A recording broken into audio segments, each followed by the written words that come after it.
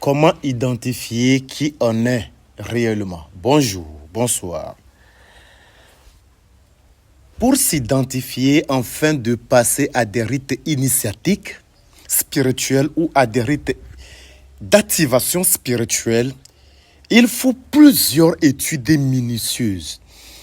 Parce que beaucoup de personnes sont perdues dans ces formes initiatiques. Vous n'êtes pas sans le savoir que les éléments interviennent dans les compositions terrestres et humanitaires. C'est-à-dire, qu'est-ce que je veux dire par là? Et l'eau incarne sur la terre, le ciel s'incarne sur la terre, l'air, la vie, c'est-à-dire le Dieu de la vie. Je prends le Dieu de l'eau, le Dieu des eaux, le Dieu du ciel, le soleil, la lune, les étoiles, les compositions universelles s'incarnent dans la dimension ou dans leur dimension respective, à savoir la terre et autres. Donc, comment arriver à identifier qui on est réellement afin de pouvoir suivre son vraie initiation? Parce que dans la grande spiritualité, il s'avère que les puissances même, les puissances de feu arrivent sur la terre. Et généralement, ces puissances du feu ont des attributions ou bien des classes d'appartenance. Pour arriver sur la terre, ils identifient leurs animaux, totems. Quelqu'un, par exemple, du truc là, du magma, quelqu'un qui est le dieu du magma, le dieu du volcanisme, le dieu qui travaille dans le volcan. C'est-à-dire le Dieu qui est peut-être dans le soleil, veut s'incarner sur la terre. La première des choses, qu'est-ce qu'on fait pour ce Dieu? Connaissant la capacité d'action et la colère solaire, la colère du magma, qu'est-ce qu'on fait? On envoie d'abord ce Dieu sous ce que vous appelez l'océan glacial.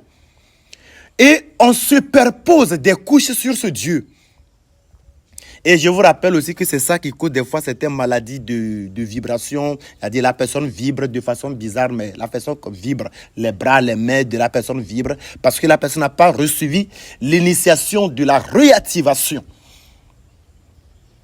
Donc, on envoie là-bas. Maintenant, pour venir ici, la personne peut choisir son animal de totem. Ça peut être un animal de la terre, par exemple. Ça peut être un taureau, un bélier. Donc, si la personne choisit cet animal du taureau et vient ici, donc serait né sous l'influence du taureau. Mais ça ne veut pas dire que la personne est taureau. Ça ne veut pas dire que la personne est réellement la terre. Je prends les grands rois des eaux, par exemple. L'océan. Lorsque l'océan même veut s'incarner, qu'est-ce que l'océan choisit? C'est l'albatros. L'animal totem des océans et des mers ou des grands rois des océans et des mers, c'est l'albatros. Alors que la plus grande partie, l'albatros, a dit c'est quoi? On le classe dans la classe des oiseaux. Et qui parle des oiseaux parle de l'air. Donc, si on fait des initiations ou bien on fait des consultations, on peut te retrouver comme étant un oiseau. Mais ça ne veut pas dire que tu es un oiseau. On peut te dire que tu es un serpent volant, mais ça ne veut pas dire que tu es un serpent. La connaissance exacte et l'étude approfondie, c'est ça en fait de compte le domaine des grands anciens. L'identification, c'est-à-dire garder son identité primordiale, c'est ça qui est le rôle des grands anciens. Bienvenue au temple des vénérables anciens et dieux des anciens temps. Nous avons la capacité de vous aider, c'est ce que nous sommes en train de faire, afin que chaque personne puisse s'identifier pleinement. Parce que vous suivez des rites initiatiques qui ne sont pas les vôtres. Vous suivez des rites initiatiques, il y a certaines personnes qui sont des mamans dans le monde spirituel, on les retrouve ici comme des formes. Je prends par exemple les forces de la terre, qui sont la terre, l'incarnation de la terre même qui est venue, on lui prend comme étant une divinité de la terre. Là, ça cloche.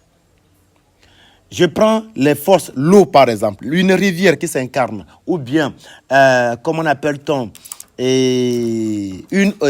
un océan qui s'incarne, on le prend comme quoi? Une divinité qui est dans l'océan. Changement de position, rétrogradation. Mais dans le corps humain, tu ne sauras pas. C'est après ta mort que tu sauras ce que tu as perdu. Voilà l'une des raisons pour lesquelles les vénérables grands anciens sont là. La raison pour laquelle les vénérables grands anciens sont là, c'est pour accompagner des gens vers leur évolution, leur pleine lumière, t'aider à garder ton identité. C'est ça l'objectif et voilà dans quoi les vénérables grands anciens nous travaillons. Bienvenue.